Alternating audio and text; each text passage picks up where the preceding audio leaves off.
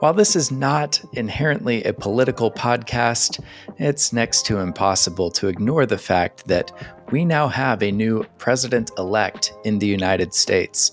As of last week, Donald Trump has won the presidential election, and while I'll refrain from giving my thoughts on either the current administration or my personal opinions about Trump and the next administration, we do know that presidency can have a big impact on home buying. And that totally falls within the bounds of this show.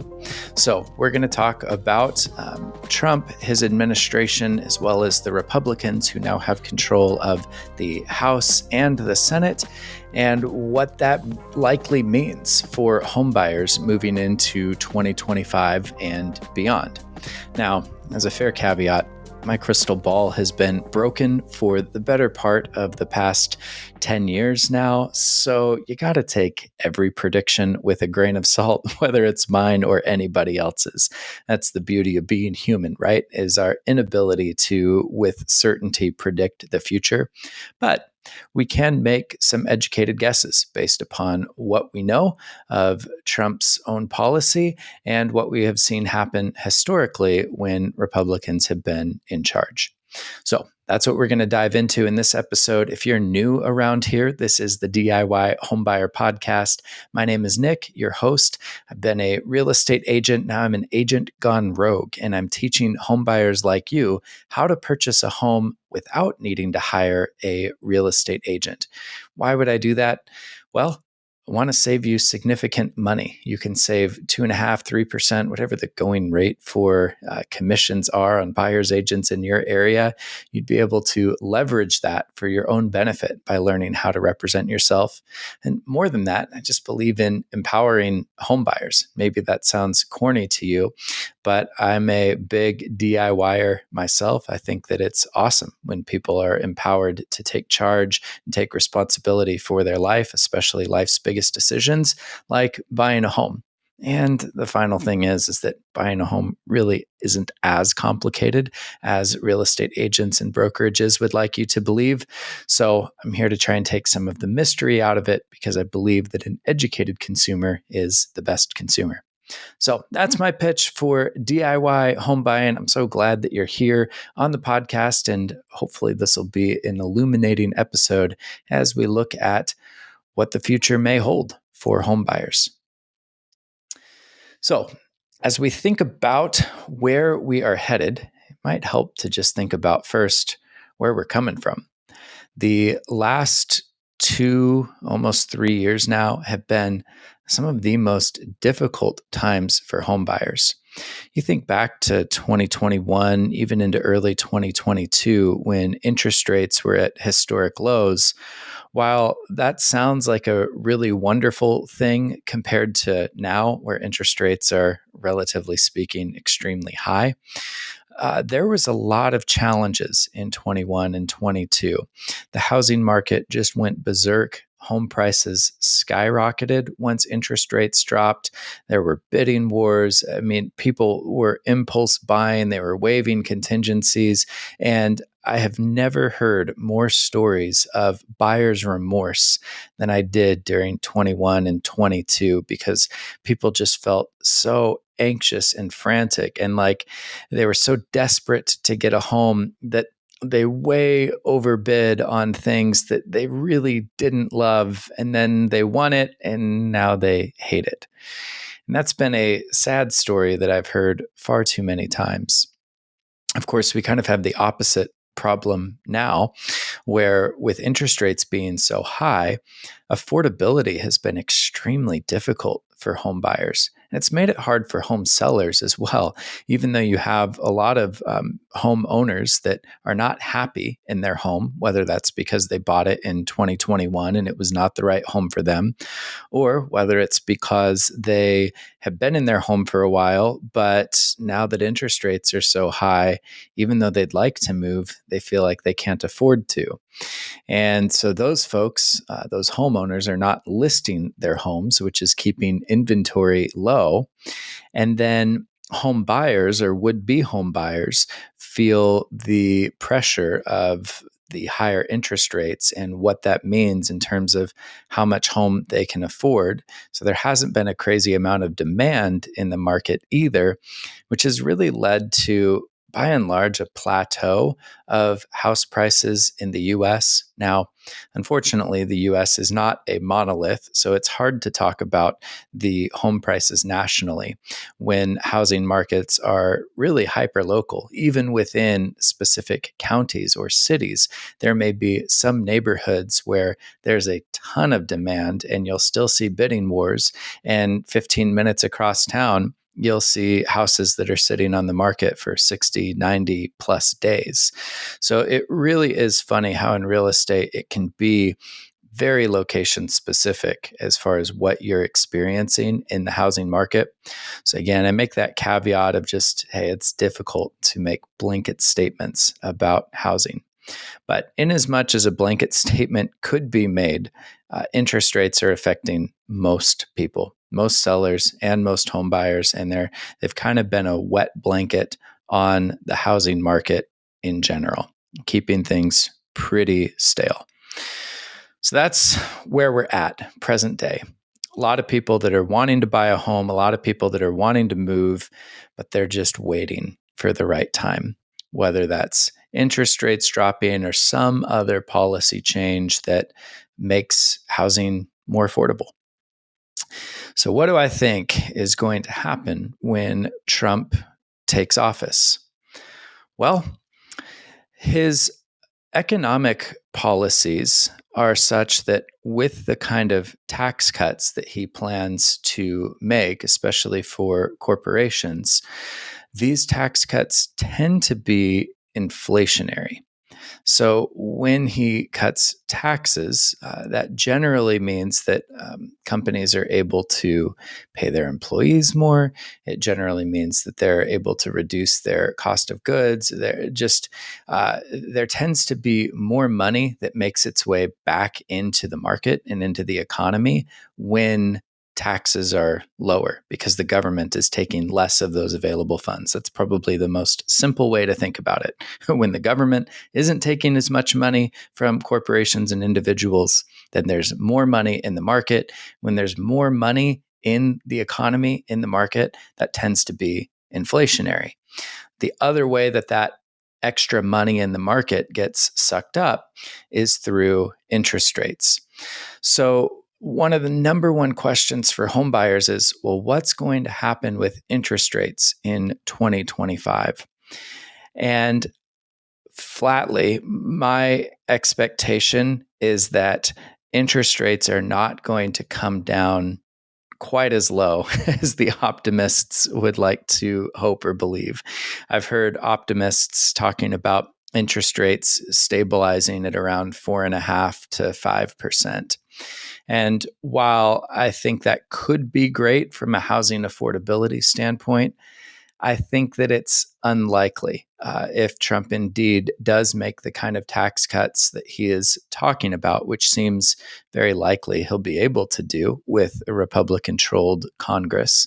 The inflationary effects of that are probably going to make it so that the Fed is uncomfortable cutting rates super low. And they'll probably keep rates a bit higher than they were anticipating with a Democratic-controlled executive branch and Congress. So I do think they'll come down a bit. Like as I'm recording this today, conventional 30-year is hovering right around 7%. FHA loans are right in there at kind of 6.5 to 6.75. I know that's a fairly large range, but I expect that things will maybe come down in the high fives, low sixes. So a lot better than it is today, but nowhere close to those low fives, high fours that some people have predicted, which means that housing from a interest perspective is going to remain fairly expensive, which also is going to put continued downward pressure on home prices. And so I do think that certain markets that ran especially hot during 2021 and 2022, where we saw the largest spike in home prices, I'm anticipating that a lot of those are going to come back down to earth over the next couple of years, especially if interest rates do stay there in the high 5%, low 6% range. So with interest rates, I don't think that home buyers should bank on a significant reduction. Now, that means as a home buyer, what you're hoping for is a significant drop in housing prices. I mentioned that the interest rates in and of themselves do put some downward pressure on housing prices. The other major thing that puts a downward pressure on housing prices is the available supply of homes. And while homeowners and sellers are not going to be excited about selling their house for less than it was worth a year ago or 2 years ago, um, the other way that you'll see those house prices just naturally come down, apart from just the seller's emotions, is if there's new inventory available, which is new construction. And that's another area where Trump has talked a lot about deregulating the home building processes and advocating for that in each state, that it becomes easier and less expensive to build homes. He's also talked about opening up federal lands for further development. And he's got a number of policies that are just geared towards making it easier to build homes. Recent study from the National Association of Realtors talks about how there's 4 million, we have a housing inventory shortage of about 4 million homes. So that's the deficit. And so that's one of the big things that the Trump administration has latched onto to say, okay, how quickly can we fix that deficit of 4 million homes? And again, when you think about basic economics and supply and demand, if over the course of the next 4 years we have 4 million homes built, which is an aggressive goal, but not altogether impossible, it's actually doable. What does that mean when you add 4 million homes to the available supply? Well, supply is up, demand is either down or is met, and therefore housing prices on the whole seem to come down naturally as a result of that.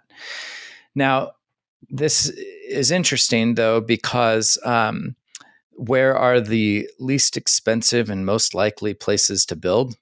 Well, undeveloped areas and more rural areas. And especially if Trump is opening up federal lands, those are almost exclusively in rural areas. And the question is, how many would-be homeowners, or how many people who are selling their home and looking to move, are going to be willing to move outside of their established communities or established cities to go to some of these newer areas? And that's something that's really hard for me to predict, but it does mean that big urban areas, as I think about some of the biggest cities, because it's so hard to develop within a city, an urban area that's already been highly developed, um, demand in those areas is probably going to remain high. It's just if you're already living in a suburb or on the outskirts of a city, that's where you're going to see more development, and probably homeowners in those areas are going to feel a bigger impact on their housing values or equity. It's also good news that if you are a home buyer and you're open to living in more newly developed areas that might have less amenities now, but those amenities will be coming in the future, well, that's where you're going to find most likely the most affordable homes or the best values. So that's something that I definitely encourage home buyers to consider, is where is there new development happening? And I know that right now, especially new construction is an amazing product for most homeowners or home buyers, rather, to consider, because unlike current homeowners and sellers who most of them, like, they don't have to move. They might want to move. There might be life circumstances that would make it better, more convenient if they moved, but we're not seeing like this flood of foreclosures. So most sellers are choosing to move. And because they're choosing to move, they can also set the floor on how much or how little they'd be willing to accept for their home. And that's kind of an artificial floor that they set based upon what they feel like their house is worth and they're willing to let it go for. Builders are in a little bit different position. It's far less emotional for home builders. They have businesses to run, lights to keep on in their offices, families and employees that they support through their work, which makes them a lot more aggressive when it comes to pricing and incentives and negotiating. And so, interestingly, one of the best areas that I've found deals for home buyers is in the arena of new construction. I don't think that there's really ever been a better time to consider new construction as a home buyer. Plus, you've got peace of mind with warranties, and you should be at least getting the latest and greatest of energy efficiency, which saves you on your monthly bills. And the list goes on and on. Another episode for another time. We'll talk about what it means to be a DIY home buyer in the world of new construction, because there's a lot of unique advantages there. But it would be interesting if indeed the Trump administration makes home building more affordable, how that affordability will get passed along to consumers, and how I think then new construction could become even more competitive, and certainly would place pressure upon homeowners of existing homes to come down in their pricing, what they're willing to accept for their houses. So I guess that's a very long way of saying that with Trump's economic policy, I could see there being a price reductions, house prices coming down, which hopefully is good news for home buyers. It's a catch-22 of sorts, though, because most home buyers are also homeowners, and so you might celebrate the fact that the house that you want to buy next is coming down in price, but it also means that the house that you're currently in and wanting to sell is going to be worth less too. So there's always trade-offs there. Some of the things that I've considered, though, with Trump's policy, especially around new construction, relates to immigration. And I don't think that it's any secret. And again, I'm not making a political statement here, but there are a number of construction workers, those that are in the trades, that are undocumented workers. And if there are mass deportations, that is going to affect the home building and construction industry, an area that finding skilled laborers has already been extremely difficult. And so while regulations may become less stringent, it may become less expensive from a permitting perspective, inspections standpoint, to build homes. If there are mass deportations and a shortage of laborers in the home building industry, that could result in higher labor costs, which could offset some of the savings when it comes to permitting and inspections and regulations. So that's one of the big question marks that I have is, okay, yeah, we deregulate some, but we also lose potentially a significant portion of the current workforce. What is that going to mean for the total cost of building homes? And I don't know if that'll be net positive, net negative. Definitely something that we're going to want to keep an eye on over the next 4 years. Another piece on home building, I suppose, as I add another piece to this, it's going to start to sound like I actually maybe think home building is going to get more expensive, but getting ahead of myself. Trump's foreign policy and what that means for tariffs.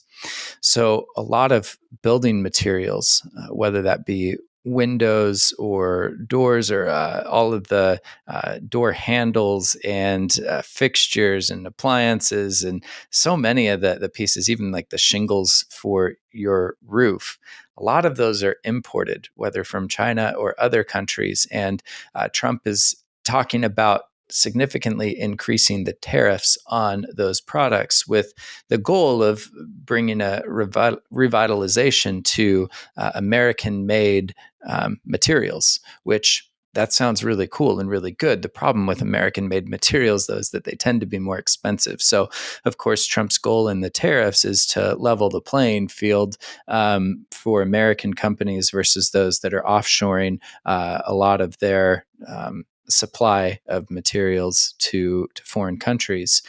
But of course, that could add to the cost of building as well, could add to the cost of a lot of things in life, which it's funny how all of these things are interrelated, because then if tariffs increase the cost of everyday goods, well, then that also offsets the tax savings that you would be getting as an individual or corporations, which could then reduce the effects of inflation, make it a less inflationary environment, which then could justify the Fed lowering rates further, which then could lead to lower interest rates, which could help housing affordability. Oh man, it's a cluster. You pick up one chain and you realize just how long of a chain of connected events and issues are all here. But the tariffs will be an interesting piece as well. In summary here, my crystal ball, as broken as it is, tells me that I think we should expect interest rates will settle in somewhere in the 5.75 to 6.25 range for a 30-year conventional. A little bit lower for government-backed loans, a little bit higher for jumbo loans. Who knows exactly where adjustable rate mortgages are going to end up, but probably still somewhere in that mid to high 5 range. I think that home building is going to get less expensive, and that the best, most affordable properties are going to be found outside of current city limits. And so if you're a home buyer looking for the most affordable options, you're probably going to want to look at those newly developed communities and take advantage of builder incentives. The things that I think could affect the affordability of new construction are related to immigration policy, if we lose a bunch of laborers in the market, as well as tariffs. If cost of building materials gets much more expensive, that could offset some of the deregulation in the construction world. Of course, beyond just Trump's presidency and what's happening in the federal government, state and local governments also have a massive impact on housing. And hopefully, more and more states and local areas will adopt laws that create the opportunity for homeowners to add ADUs or to convert detached garages or basements into ADUs, ADU being additional dwelling units. By doing so, we again increase housing inventory. And the more that housing inventory increases, one, the more we solve the problem of 4 million home shortage. And then two, with that extra supply meeting demand, that's going to bring an equilibrium to housing prices, if not bring housing prices down a little bit. Of course, if interest rates also come down, that'll help stabilize homes from dropping 20, 25% from their values today. I don't think that anybody wants to see that, even home buyers. I don't think that you want to see a housing crash where sellers are upside down in their equity. That's just not good for anybody ultimately, even if you feel as a home buyer like you'd be getting a better deal. There's better ways to save on your home. And of course, I think the best way as a home buyer to save is by learning how to represent yourself and going at this whole process without hiring a costly buyer's agent. And that's exactly what I teach people to do in the DIY Homebuyer Academy. You can join our free school group and engage in the DIY homebuyer community by going to school.com/DIY homebuyer. Definitely join us there. There's been some engaging discussions, and there's a free course on the essentials of the home buying process to help get you started in navigating that on your own. That's a great way to be able to save yourself 3% that's not going to a buyer's agent in commission, that instead you're getting to leverage to your advantage the next time that you buy a home. And if you've got questions about that, shoot me an email. hello@DIYHomebuyerAcademy.com. I'd love to answer those questions directly. Also, leave a comment here with any thoughts that you have. If there's anything in particular that you think that I'm missing or overlooking, overselling, underselling, I'd love to hear about it in the comments below. And then if you found anything of value here, which I hope you have, obviously, that's why I'm creating this, is for your benefit. Please do subscribe to the channel, give this a like, share it with somebody who you know is thinking about home buying to get the gears turning for them. But one of the things that I am excited about, and this really has very little to do with whether Harris or Trump had won, it's just that with the changes that are coming in the real estate industry, I just don't think there's ever been a better time to learn how to represent yourself and deal directly with the seller or the listing agent as a DIY home buyer. Not just the money savings, but how much more control you enjoy over the home buying process, knowing that you are the one looking out for your best interests. I just believe that this is the future of home buying, and I'm so excited, so grateful for all of you to be part of it. So thanks for coming along this week. We'll be back next week with another episode. And in the meantime, do stay in touch by joining that free school community. I'll see you over there.